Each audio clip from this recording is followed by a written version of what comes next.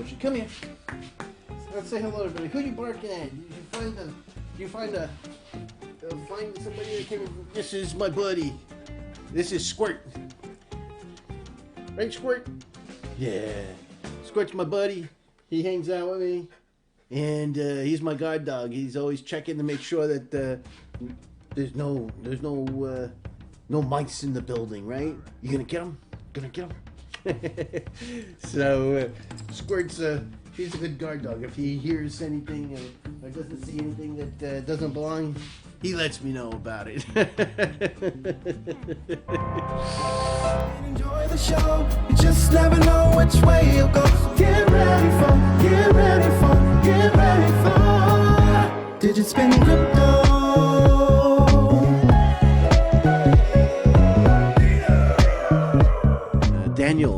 Daniel says, Dino, I love you, man, because of you, I invested in Electroneum. Don't blame me, no.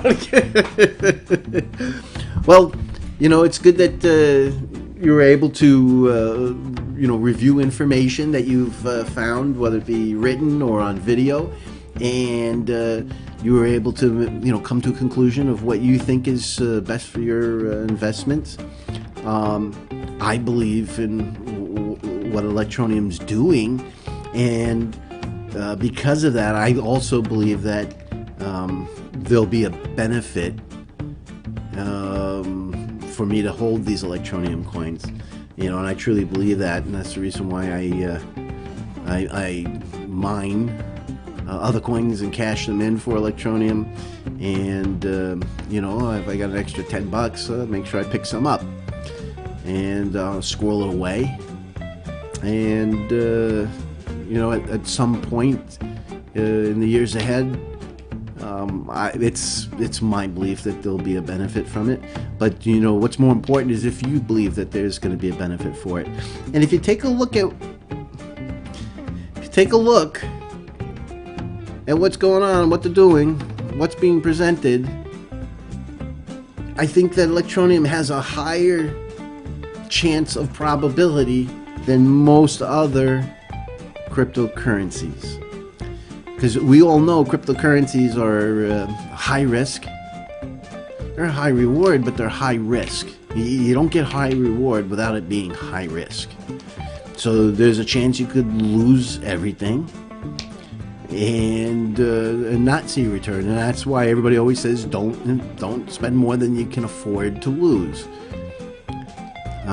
So then now you have to take a look at, all right, if it's a high risk, which one is going to give me the lowest high risk? And from what I've seen and what I see being done, I think Electroneum fits that bill. Doesn't mean it's not still a high risk, but I think I have better odds. And I'm glad that you found that same conclusion. Let's see here. Juan saying, to be honest, I will never sell. All money in, no money out. Yeah, that's how you know a coin has really succeeded, is when you don't have to sell. And, I think one day in the future, it's possible that I won't ever have to sell my my crypto, especially my Electroneum. I just won't have to, because I'll be able to use it at a retailer. If I need to purchase something, I'll be able to purchase it with my Electroneum. If I need to pay a bill, I'll be able to do that. And I'll be able to trade it or send it to a loved one or a friend. And I won't have a need to sell it. So then that's how you know when a coin has made it completely. Chris Truman says, hey, Dino, does the inside info you know from your visit to the ETN office give you high confidence in the future of ETN?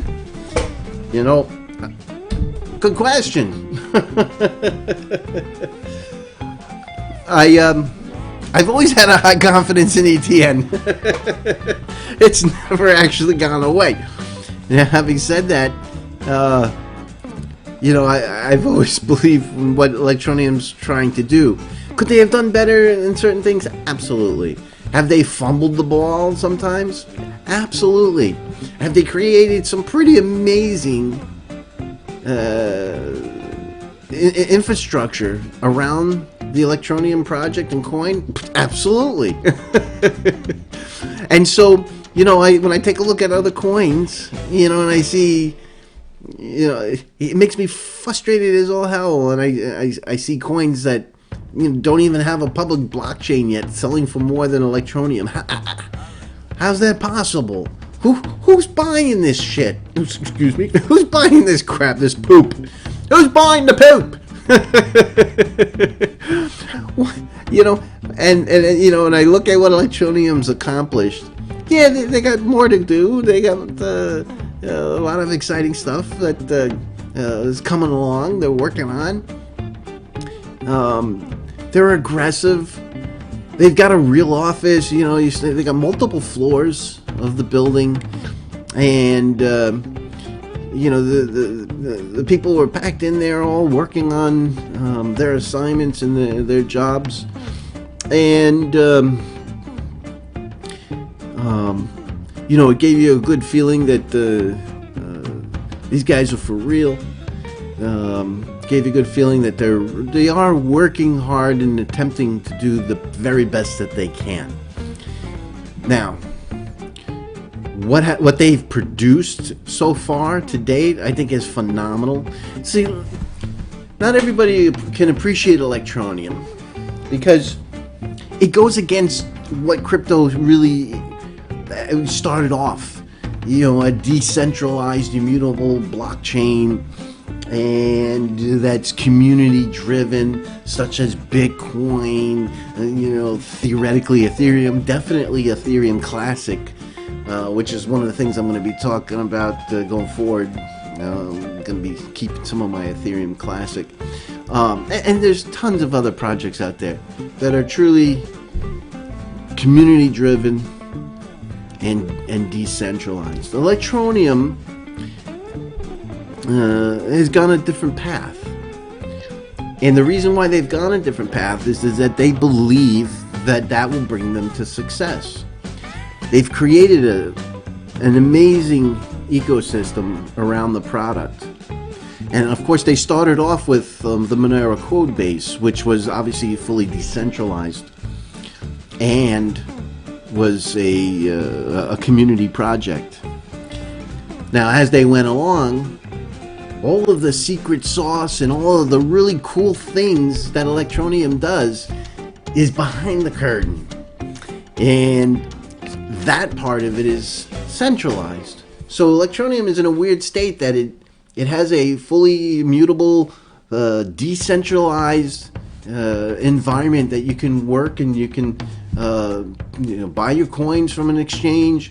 You can then set up your GUI wallet on your spare laptop and send those coins there, and you can keep them, out of any of the centralized environment and away from KYC, away from all that other stuff.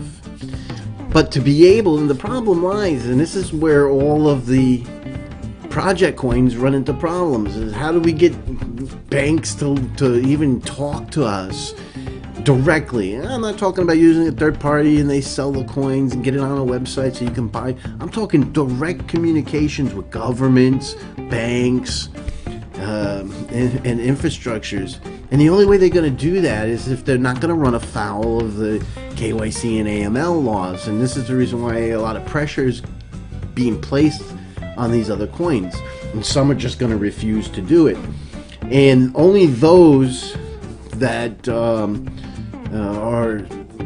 have enough gravitas and stature are going to be able to pull that off, to be able to muscle their way in, and that's going to be Bitcoin, that's going to be Ethereum, some of these larger successful projects, things maybe in the top 10, top 20 maximum.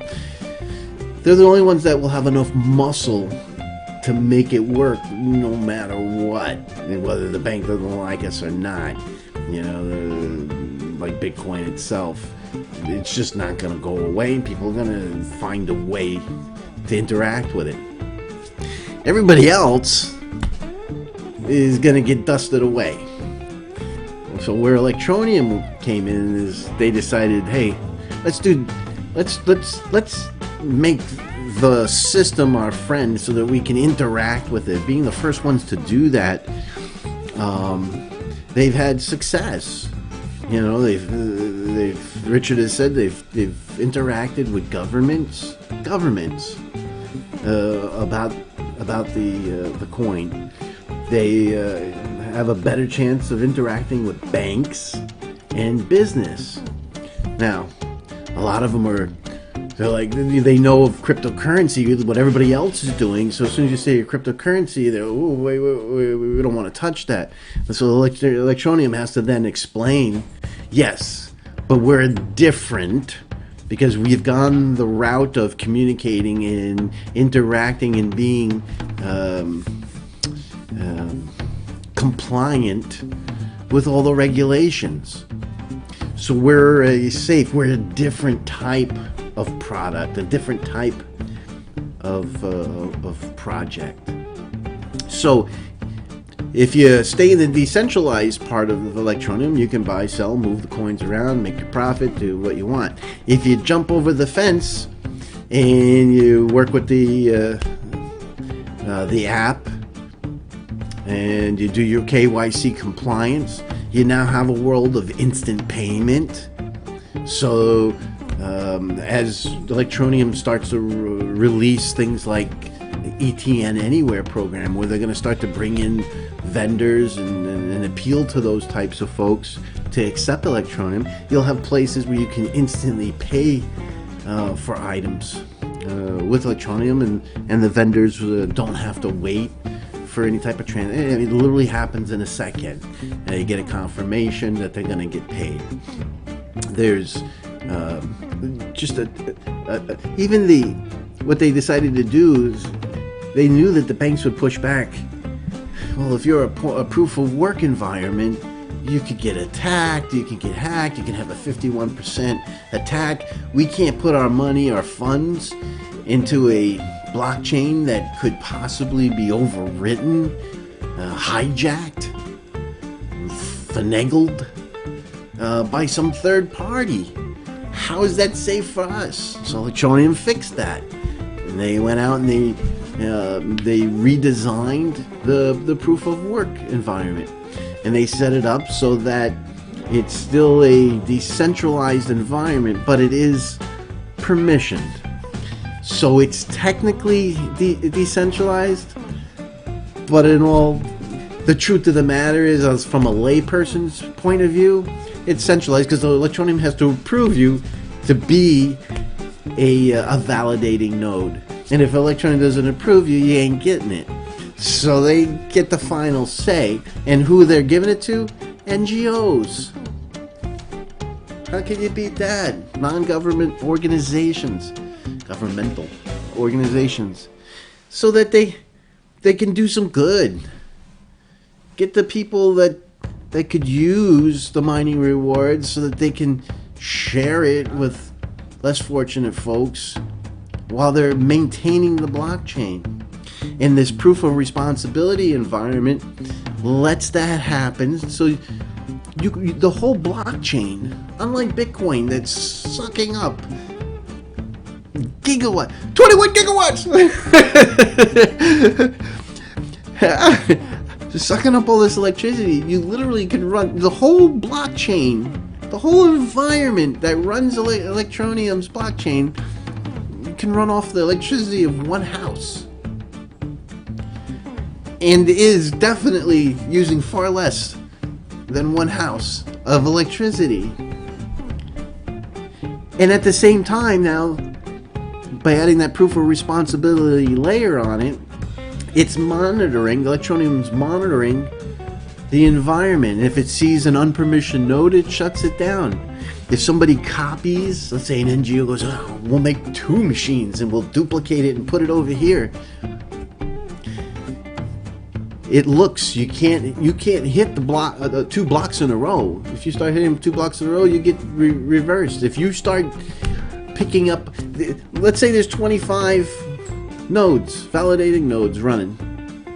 Well, you should get it approximately, on average, 1 every 25, right? 1 out of every 25 should be yours, on average. If you start to see a key, a permission node that has a, because there's a key,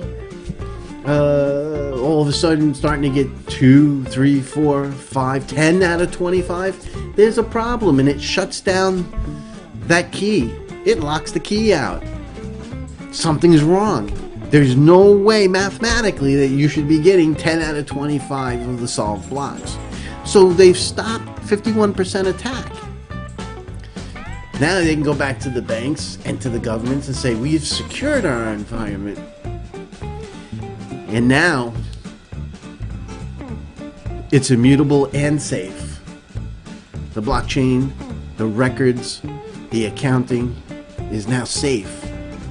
So these are the types of things that Electroneum has done, and at the same time benefiting people that could use the benefit, and maybe say, hey, yeah, we accept Electroneum, we work with Electroneum. That's not a bad thing to have happen. Have a couple of big NGOs or small NGOs say, yeah, we work with Electroneum. You should too. It's all good stuff. There's still a ton more stuff that Electroneum's working on. If you take a look at the Electroneum website, they're pursuing things like trying to get onto Binance. They're pursuing to get a U.S. exchange. They're working that. Those are things I can talk about because they've been it's written on the Electroneum website. If you dig around, you can find it. That those types of things are happening. And there's still a lot of stuff that you guys don't know about that is still being worked on, and will bring value to everybody. I was really happy to see Richard come across and want to court the 1%, the crypto community again, because that's important. Those are the people that can make or break a coin.